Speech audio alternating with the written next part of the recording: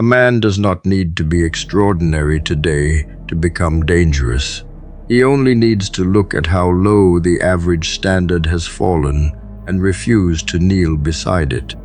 The ordinary day has become a trap so comfortable that people no longer recognize it as a trap. Wake up with the phone already in the hand. Feed the mind noise before it has formed a single clean thought. Put cheap food into a tired body. Spend the best hours obeying a system. Then return home and surrender the remaining hours to screens, snacks, scrolling, fantasy, and sleep. Nobody calls this defeat because everybody is doing it together. That is what makes it sinister. A man can waste his life inside a routine that looks socially normal. He can decay politely. He can become weaker with a calendar full of acceptable excuses. The first act of rebellion is not dramatic. It is noticing that the crowd is exhausted, overstimulated, undertrained, distracted, and still calling this normal life. The extra mile is not crowded because the first mile already scares people.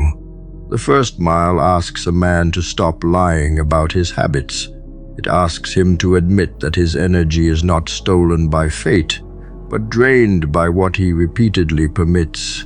It asks him to accept that the body feels heavy because it has been treated like storage, that the mind feels restless because it has been fed garbage, that the spirit feels dull because it has been trained to expect reward without effort.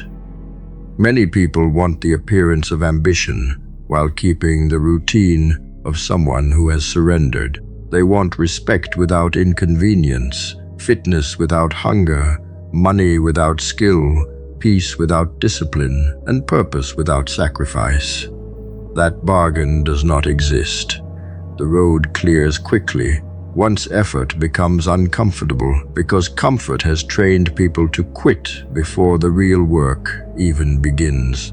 Look carefully at the modern routine, and you will see why opportunity is everywhere. The average person is not being defeated by one great enemy.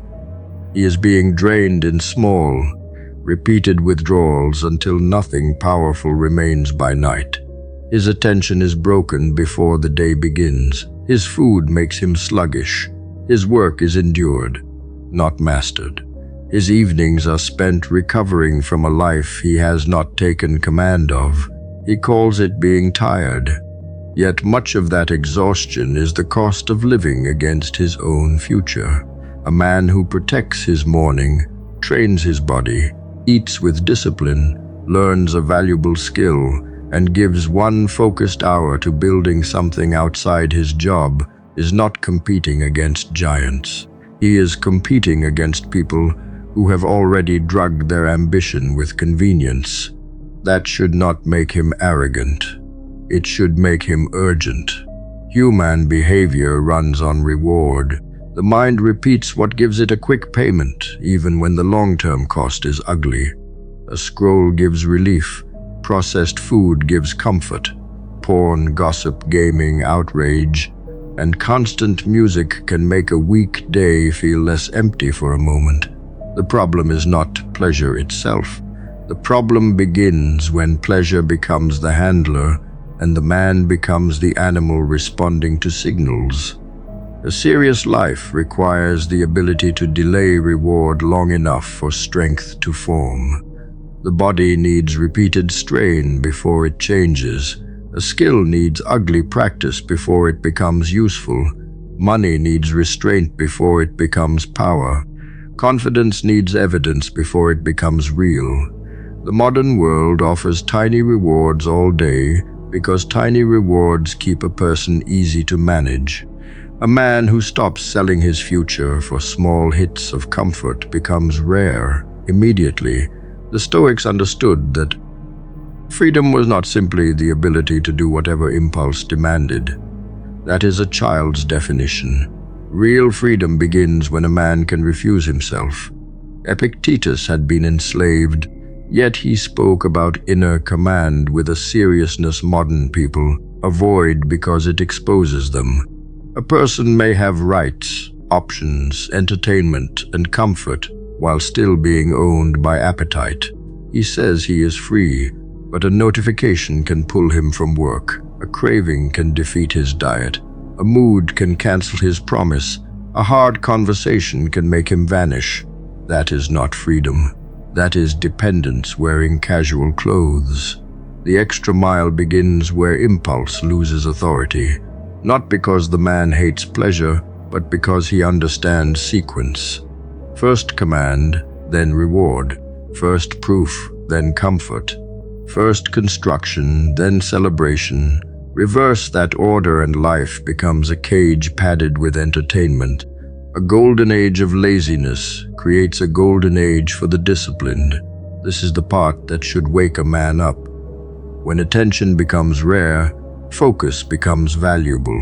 When bodies become weak, fitness becomes presence. When people cannot speak clearly, communication becomes power. When everyone consumes, the creator gains territory.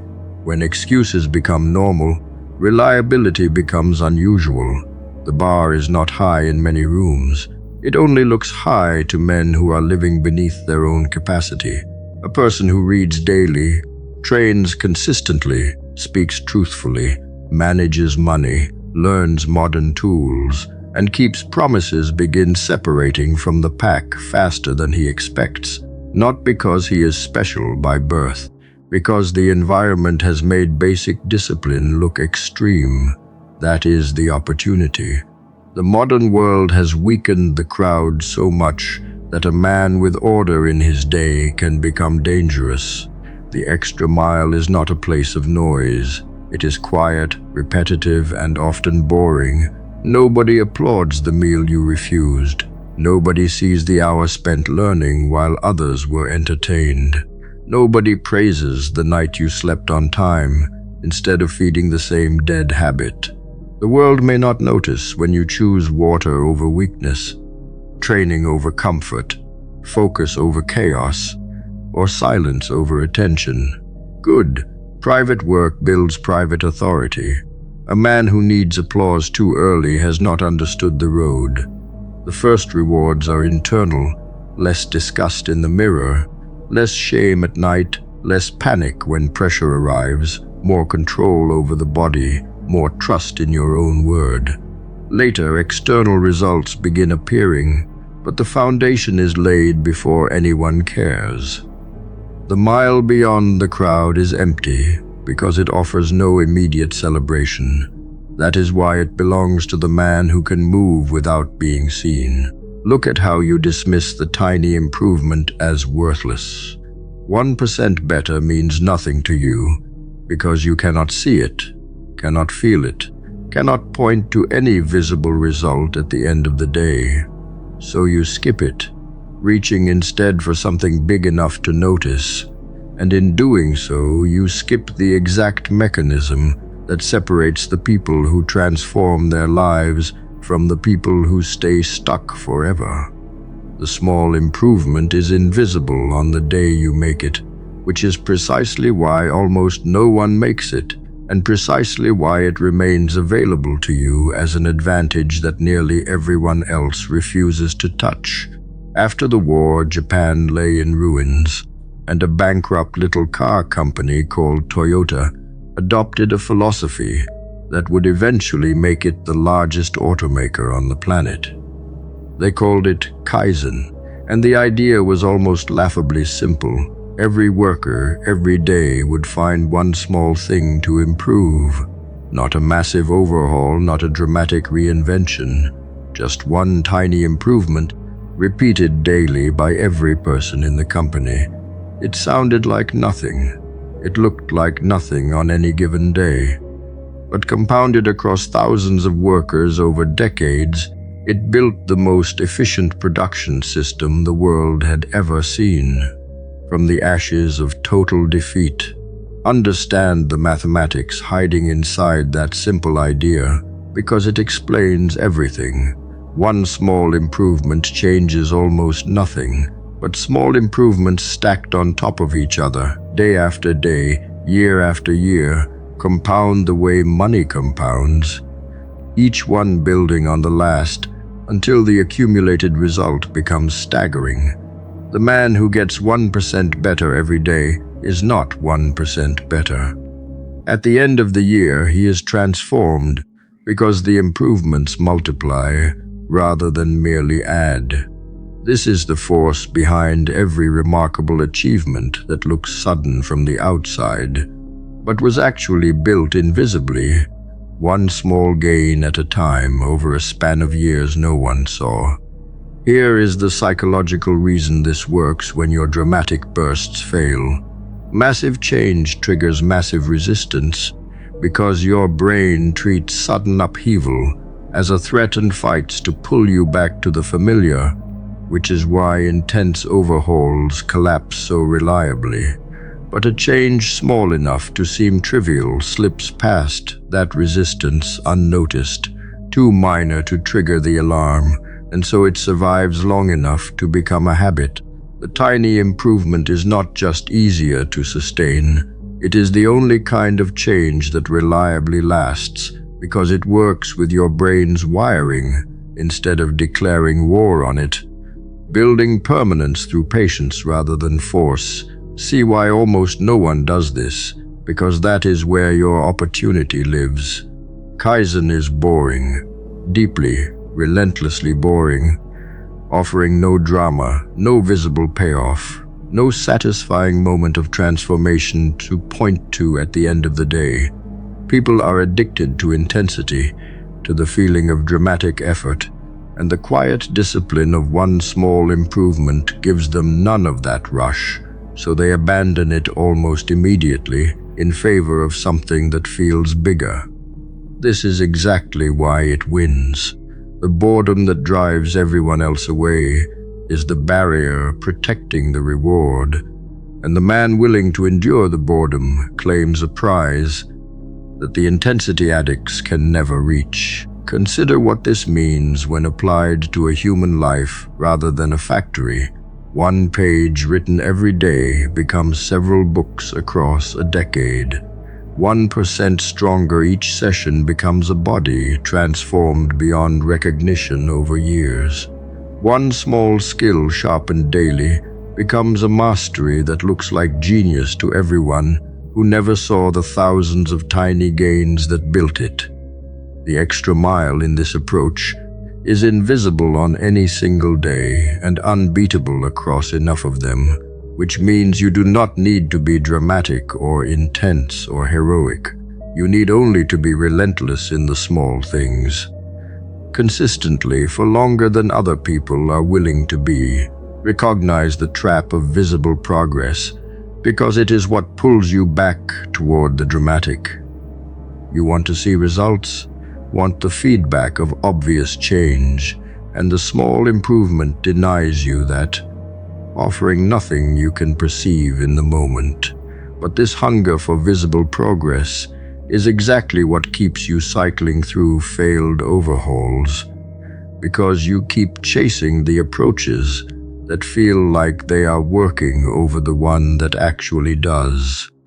Real transformation is invisible while it happens, and undeniable once enough time has passed, and learning to trust the process without needing to see daily proof is the discipline that unlocks the entire thing. Understand that consistency beats intensity across any timeline that matters. The man who trains moderately every day for 10 years destroys the man who trains ferociously for 3 weeks and quits, not because he worked harder on any given day, but because he kept working while the other man stopped. Intensity is a sprint that ends. Consistency is a direction you hold, and direction held long enough covers a distance that no sprint can match. This is why the boring, unglamorous, relentless small improvement wins in the end, because it is the only approach built to survive the length of time that genuine transformation actually requires. So abandon your addiction to the dramatic and adopt the discipline of the small, because the grand gesture you keep waiting for is a fantasy, and the tiny daily improvement you keep dismissing is the only thing that has ever built anything lasting. Pick one small thing today, one improvement so minor it feels absurd, and make it again tomorrow, and keep making it long after the excitement of starting has worn off into boredom. That boredom is not a sign you are failing. It is the sign you have finally found the thing that works, the quiet, relentless engine that transformed a bankrupt company into a giant and can transform you the same way. Frederick the Great understood something weak minds hate to admit. Pressure does not create skill. It reveals the level of training already installed. A soldier does not become precise when cannon fire begins. He becomes what practice has made him. Under smoke, noise, fear, blood, shouting, confusion, and the possibility of death, the body returns to whatever has been repeated the deepest. The Prussian machine became terrifying because it did not wait for battle to invent courage. It drilled the simple motion until thought was no longer required. Load, aim, fire, recover, repeat. Peacetime built the body that wartime would borrow. That lesson reaches far beyond muskets and uniforms. A man does not rise in the important moment because he wants to.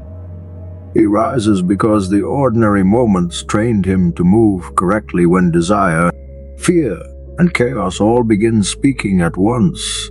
The extra mile is rarely glamorous. It is usually the motion everyone claims to understand, but few are willing to repeat until it becomes part of the bones. People love advanced tactics because advanced tactics make them feel intelligent. Fundamentals make them feel exposed. The beginner wants secrets. The amateur wants shortcuts. The insecure worker wants complexity because complexity allows him to hide from the simple thing he has not mastered. In every field, the hidden multiplier is usually embarrassingly plain. The fighter repeats footwork. The writer sharpens sentences. The salesman practices asking clearly. The speaker controls breath. The athlete repeats a basic movement until the body stops negotiating. The man building his life wakes at the same hour, protects attention, tracks money, trains discipline, and keeps promises that look too small for the ego. Small. Repeated actions decide the large outcome before the crowd knows a contest has started. Ego hates repetition because repetition removes theater. No one feels special practicing the same line again. No one feels chosen doing basic drills when the mind wants to imagine victory, status, respect, and applause. Repetition does not flatter the personality. It asks a colder question. Can you return without being entertained? That is why so many capable people remain soft. They are not defeated by lack of talent. They are defeated by boredom. They can work when the task feels fresh, when the idea feels inspiring, when the plan feels alive, when someone is watching, when the future appears close enough to taste. Once the same movement asks for the 1,000th payment, their self-image gets offended. They start searching for a new method, a new identity, a new distraction dressed as improvement. The real builder stays with the motion long after it stops feeding his pride. A man should study what happens to the mind under stress. When pressure hits, working memory shrinks. Fine ideas vanish. Clever plans become harder to hold. Emotion starts taking territory. The body reaches for whatever has been trained most deeply, which is why preparation must be physical, repeated, and boring enough to survive panic. This is why a boxer does not learn defense during the punch. He learns it long before, through enough repetition that his shoulder rises before fear finishes forming. The same principle governs ordinary life. When anger arrives, you will not suddenly become calm if calm has never been practiced. When opportunity appears, you will not suddenly speak clearly if clarity was never trained. When hardship tightens, You will not suddenly become disciplined if discipline has lived only in your imagination. Crisis does not respect intentions. It respects installed behavior. The professional who avoids fundamentals usually does it with sophisticated excuses. He says he has moved beyond the basics. He says he needs strategy now. He says his problem is branding, timing, connections, motivation, confidence, genetics, the algorithm, the market, the audience, the economy, or the people around him. Some of those things may matter, but they often become smoke thrown over weak execution. Can he write one clean page every day? Can he speak without rambling? Can he sell without sounding ashamed? Can he train without needing emotional heat? Can he save money when nobody forces him? Can he repeat the boring part after the first reward disappears? The answer to those questions exposes more than any grand plan. A weak foundation makes every strategy expensive. A strong foundation makes even simple strategy dangerous. Frederick's soldiers became feared because the army treated the basic motion as sacred. That is the mentality modern men lack.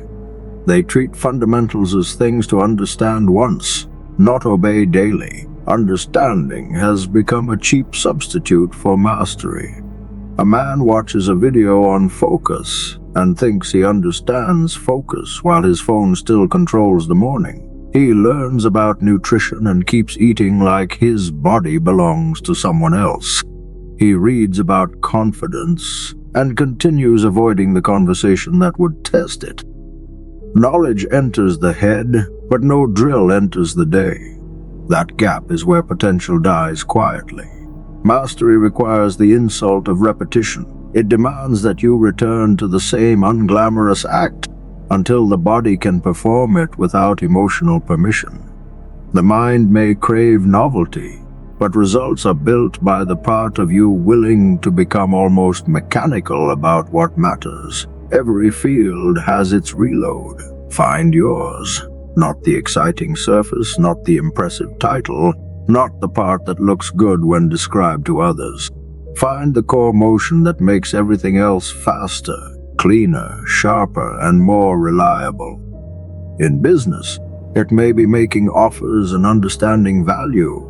In fitness, it may be consistent training and controlled eating. In writing, it may be producing clear sentences before chasing style. In faith, it may be private obedience when nobody sees. In money, it may be tracking spending and increasing earning skill. In relationships, it may be telling the truth calmly before resentment becomes poison. The reload is usually simple enough that the ego feels insulted by it. Good. That insult is evidence you have found the gate. The weak part of you wants a royal road. The strong part should demand the drill.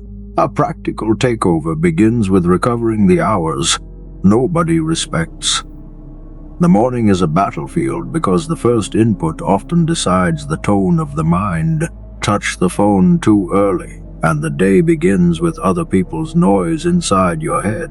Eat badly, and the body must drag itself through tasks that already require force. Waste the evening and tomorrow begins with regret disguised as fatigue. A man does not need a perfect life to take control. He needs a few non-negotiable anchors. Wake without surrendering attention immediately. Put the body under strain. Eat like energy matters. Give the strongest remaining hour to a skill, project, business, body, faith, or craft that belongs to your future. Keep this simple enough to repeat and serious enough to matter. The gap between you and the average man will not open through one heroic day. It opens through ordinary days handled with uncommon command. Expect resistance because the old self will not leave politely. It will ask for one more easy night. It will tell you that you deserve comfort after a long day. It will call discipline obsession. It will make improvement feel lonely because the weak routine had company. That voice knows exactly which excuse sounds reasonable to you. Answer it with structure, not emotion. Remove the apps from the first hour. Prepare food before hunger starts negotiating. Put training clothes where laziness has to step over them. Set the work block before the day becomes crowded. Track the habit until fantasy has nowhere to hide. This is not about becoming robotic. It is about refusing to be predictable to every temptation that studied you for years. A man who designs his environment begins winning battles before they reach willpower. Do not waste this moment in history. You have access to knowledge kings could not buy, tools that can build businesses from a bedroom, training information that used to belong to specialists, books from dead giants, markets that reward skill across borders, and communication channels that can turn one useful idea into influence. At the same time, the masses are being softened by convenience, weakened by comfort, and scattered by constant stimulation. This combination is rare. The tools are powerful and the average will is low. A disciplined man should see that and feel no excuse remaining. The world does not need to become easier. It is already easier to learn, easier to build, easier to publish, easier to train intelligently, easier to study winners, easier to escape ignorance. The hard part is no longer access. The hard part is becoming the kind of man who uses access instead of drowning in it.